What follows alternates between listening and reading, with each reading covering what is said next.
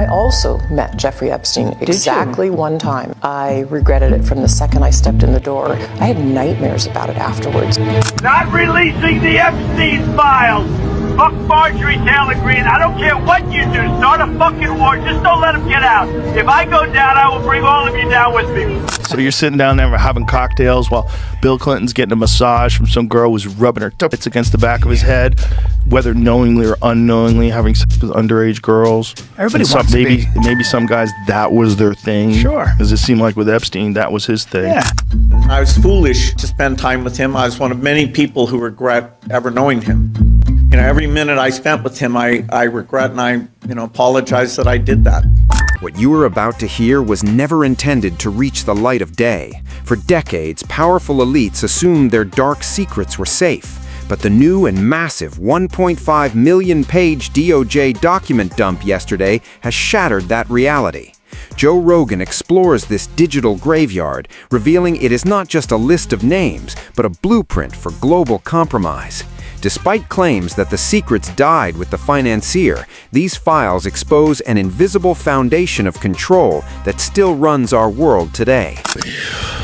It's so tangled. The whole thing is just, I think everybody who looks at it realizes this is a rabbit hole that just goes to the center of the earth. And there's so many people involved in that. Here's the big question that people ask. If there was a Jeffrey Epstein, and it seems like all these things he was involved in, is there a Jeffrey Epstein right now that we don't know about? There's a million of them. A million of them. I mean, this is why I find this. This is not the core of what I focus on, but I find it a really interesting field of study because it helps understand so many other U.S. government institutions and the relationship between government and private business. Jeffrey Epstein is part of a class of what are effectively professional fixers. And this is a kind of class of professional who sits not really within a particular government or private sector institution, but in the kind of sticky layer between them that connects them all. This wasn't standard blackmail, it was nerd phishing. The financier targeted the intellectual elite, Nobel winners and tech architects, to control the future.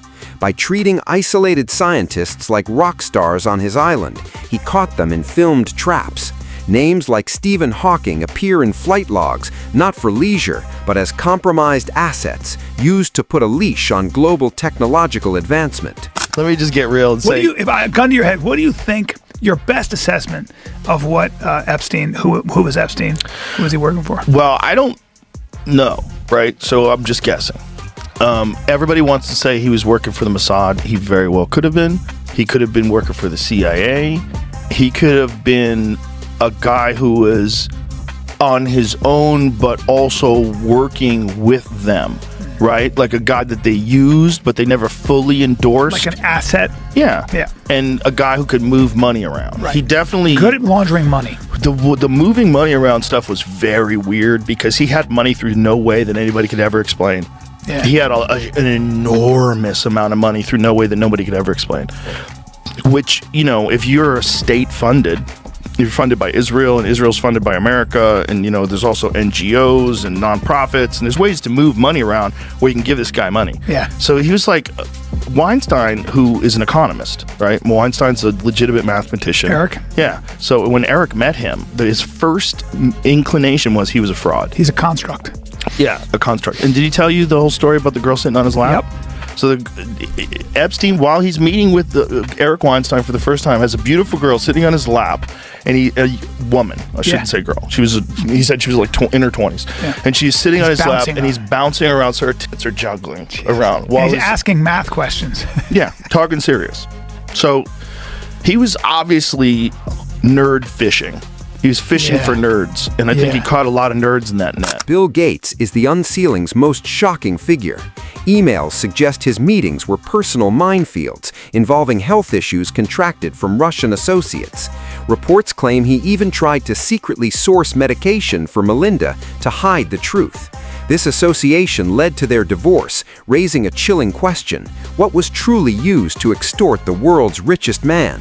Listen to Melinda. True that I was only at dinners, I never went to the island, I never met any women, and so, the more that comes out, the more clear it'll be that although the time was a mistake, it had nothing to do with that kind of behavior. There we go. I never met any women. Wow, this is getting curiouser and curiouser, Esther.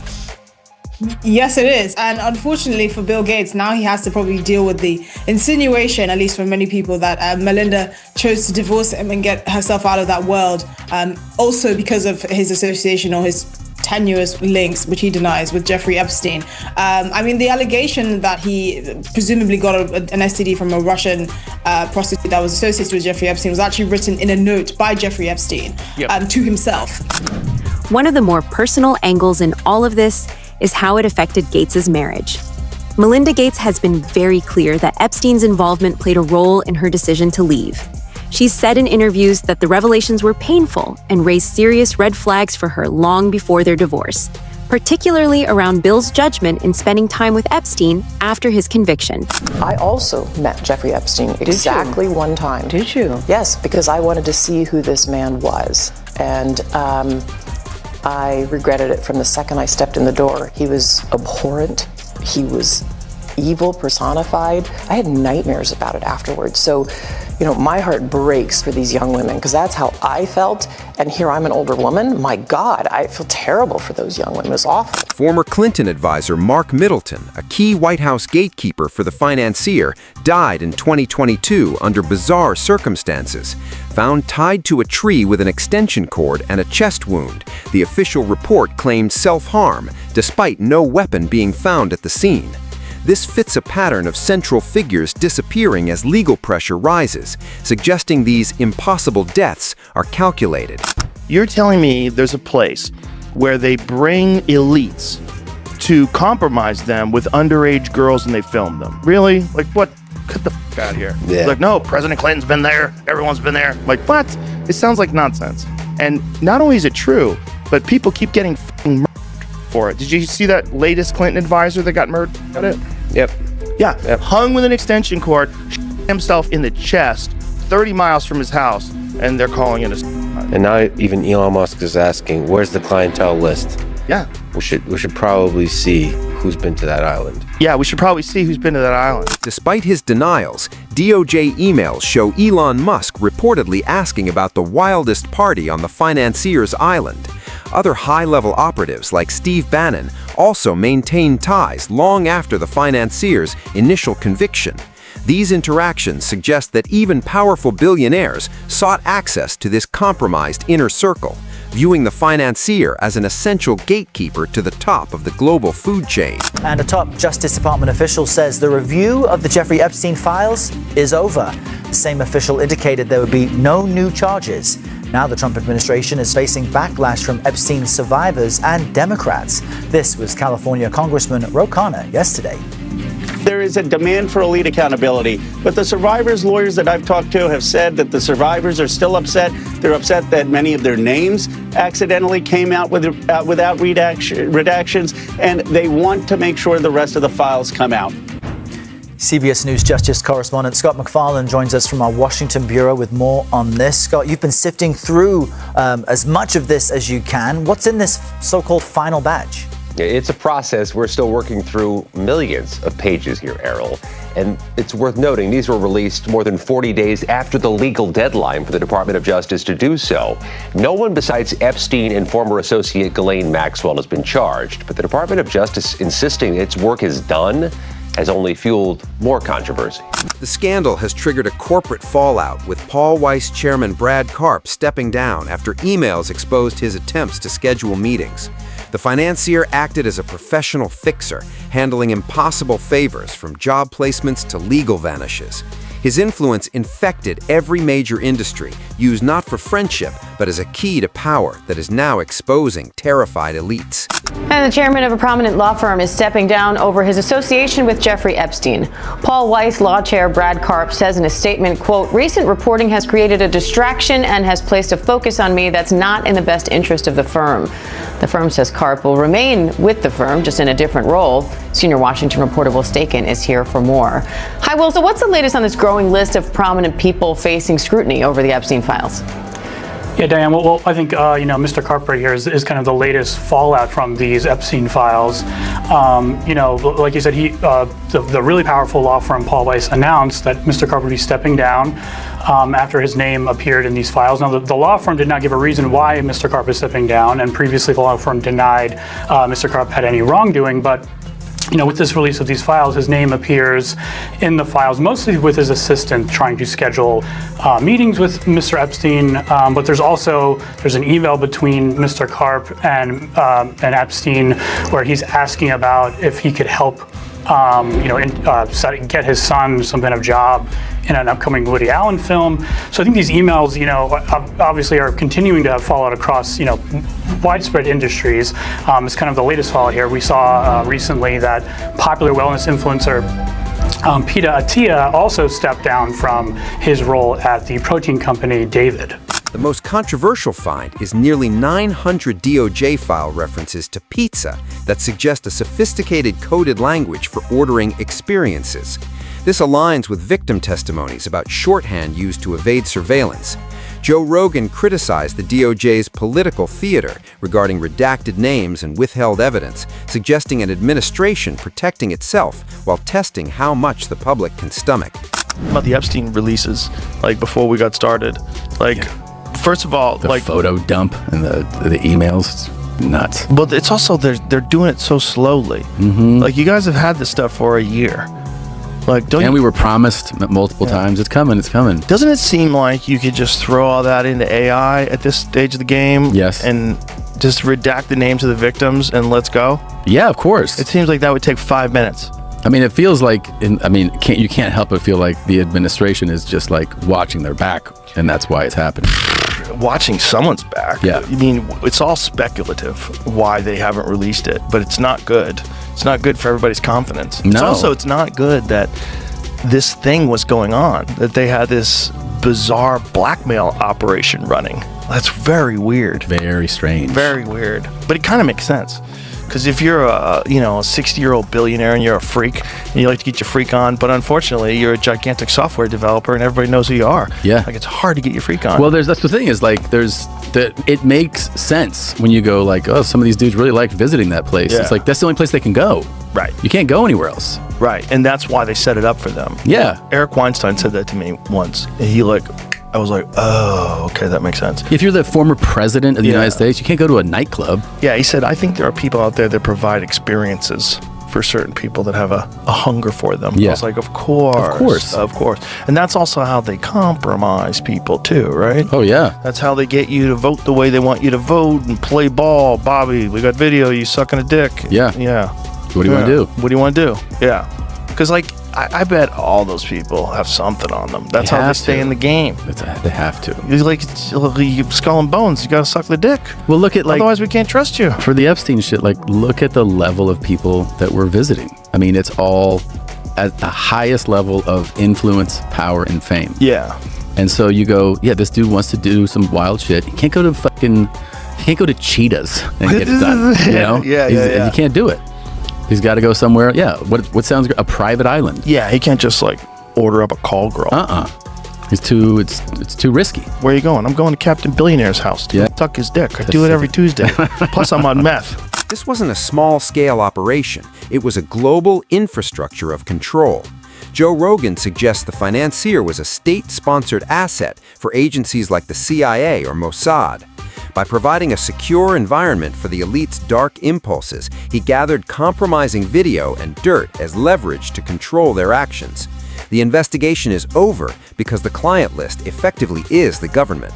There's a lot of those guys that wound up going to that island. They probably thought, this is great. We get to party. Nothing's free. And they probably felt like they were rock stars because they get to hang out with the intellectual elite on an island with a guy who's just a billionaire philanthropist who's eccentric, who just loves women. He's a professed bachelor, and it all seemed too good to be true. It's so true. Because it was. Yeah. So I think he was an asset, whether or not it was for the Mossad strictly, or Israel strictly, or the United States strictly, whether it was a CIA thing, whatever, I don't know. But I think it was probably a part of a blackmail compromise effort. Yeah. Because those guys... there's a fucking dirty secret about these people that are in Congress, and they party, okay? They're regular guys and regular women, and they're in their 30s or 40s or whatever they are, and every now and then they do coke, and they get drunk, and they... Human beings. Remember that DC madam that had a whole book of people, and then she wound up committing suicide? She said, I'm not suicidal, and... See ya. Yeah. Because there's probably a lot like that. And those kind of honeypot operations, they let these freaks know, like, hey, you're going to be safe with me. Charlie will take care of everything. Look, Bill Clinton used to come here. Don't worry about it. Yeah. And we're going to go to the island. And that's a big endorsement. It's like presidents were here, so it must be a secure area. Exactly. I can get we down. are on the island with Bill. This is fine. And We're all these fine. girls show up, and you're like, well, this is Christmas in July. Bill is really interested in string theory. He'd like to talk to you about string theory. So you're sitting down there having cocktails while Bill Clinton's getting a massage from some girl who's rubbing her tits against the back of his head while she's massaging him. Yeah. He's like, yeah, that's really interesting. Hey, I'm kind of tired. I'm gonna take a nap. Another thing about black holes. Yeah. Yeah. And I think they all thought that it was this lovely exchange of powerful people and brilliant people, and then they were just getting dirt on all of them. Guys cheating on their wives, guys, whether knowingly or unknowingly, having sex with underage girls. Everybody And wants to be. Maybe some guys, that was their thing. Sure. Because it seemed like with Epstein, that was his thing. Yeah. Yeah, that's what I think too. And I don't think there's any evidence to either. I think it's all been, I don't think there was collected with that plea deal, and I don't think there's any list that's going to point to, there's no smoking gun. I don't know about that. I think it's all been, taken care of. I think that I think you could open up every file. But that's the truth. Why did they have all those files? Why did they parade around with these binders? Because and a say, lot of... Do you remember those photo ops that they said? Like, look, they did like a thing. We have the Epstein files right here, and they had binders. Like, what kind of political theater is that? If you don't really have the Epstein files, It's like, what probably is theater. that? And what I mean by that is I think, like, if they are keeping something quiet, it's because it's video of underage girls, or it's video of the victims who don't want that to be out there. And the Justice Department cannot make that public. They cannot bring that to Congress. That's all sealed for their privacy, right? Well, that is the argument. But then they're saying now that there are no files. They're saying there's no video. I believe that. Don't you? I don't know. I think they have video. I think if you've got an island and you want compromise on people, you can't just have hearsay. I would say I would agree. I watched him that girl. Let's sue him. No, that's not how it works. You have to have video, and then you have to show it to the guy. Like Mr. Clinton, have a seat. Yeah. Despite hundreds of high-profile names, only the financier and Maxwell faced consequences. The DOJ's claims that the review is finished have sparked survivor backlash over leaked names and redacted perpetrators. This system continues to protect its own, but as public outcry grows, the 3 million-page public record is finally cracking the wall of silence. The truth is now a matter of public record. He was the guy who told me about Epstein's Island more than a decade ago, and I thought it was the craziest thing I'd ever heard. I was like, what are you saying? There's an island, like it sounds like a plot in a movie. There's an island where they fly famous rich scientists and politicians, and they compromise them with underage girls and get it on film so they could use it against them. I'm like, what? That sounds like lizard people. It sounds like, 5G creates COVID. Same thing. Yeah. But turns out it was true. And it's one of many things. He was the first one to warn me about a social credit score system. He's like, they're going to try to implement a social credit score system, and your money is going to be tied. They'll have centralized digital currency, and your money will be tied to your social credit score system, and you step out of line, you won't be able to buy things. You won't be able to travel. You won't be able to do anything. They're going to try to keep you within a 15-minute radius of your home, and they're starting to do that in places. This was a meticulously designed trap to own the souls of those running society. By providing a lawless island, the financier gained control over the leaders who shape our policies and economy. While some names are out, many remain hidden by redactions. Viral exposure is the elite's greatest fear, as public awareness destroys the leverage used to keep these leaders in power. Global silence is the elite's goal, hoping the 3 million-page dump is too overwhelming for the public. By decoding these files and pizza codes, we refuse to move on. Sharing this video is an act of defiance against a system that counts on your boredom. Engage below on the Mark Middleton mystery and subscribe as we dig further into this digital graveyard.